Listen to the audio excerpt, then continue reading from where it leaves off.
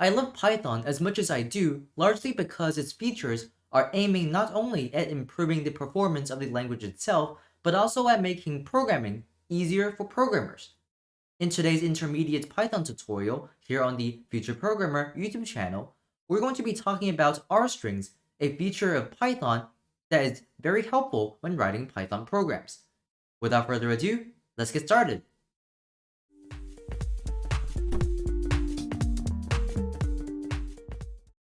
First off, what are R strings?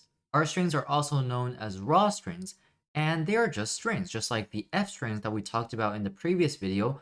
R strings, F strings, they're all strings. They're just different because they allow programmers to write strings in more readable and concise ways.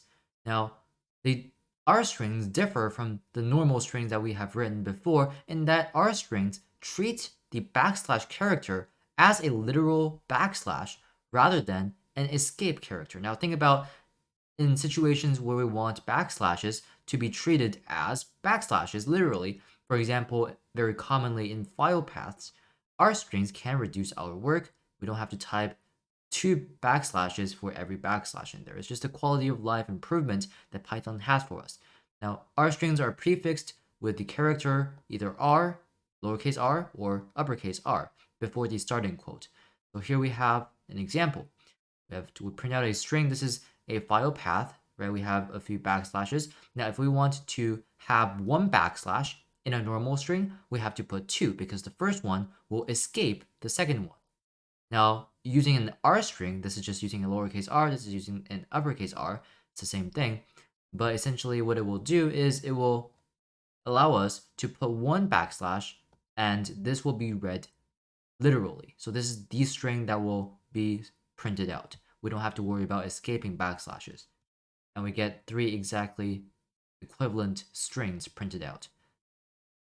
And here we can see same thing, right? We have a string here using double backslashes to escape backslashes. And we have a raw string using one backslash to separate each file directory separation. So we get that these two are indeed equal to each other. Our strings can reduce line length when writing things like file paths and also allow us to paste paths from, for example, File Explorer without having to add extra backslashes in our programs. I hope you found this straightforward RString tutorial video helpful. If you did, please consider subscribing down below. If you have any questions, feel free to leave them in the comment section. And with that said, thank you for watching this video, and I hope to see you in more tutorials.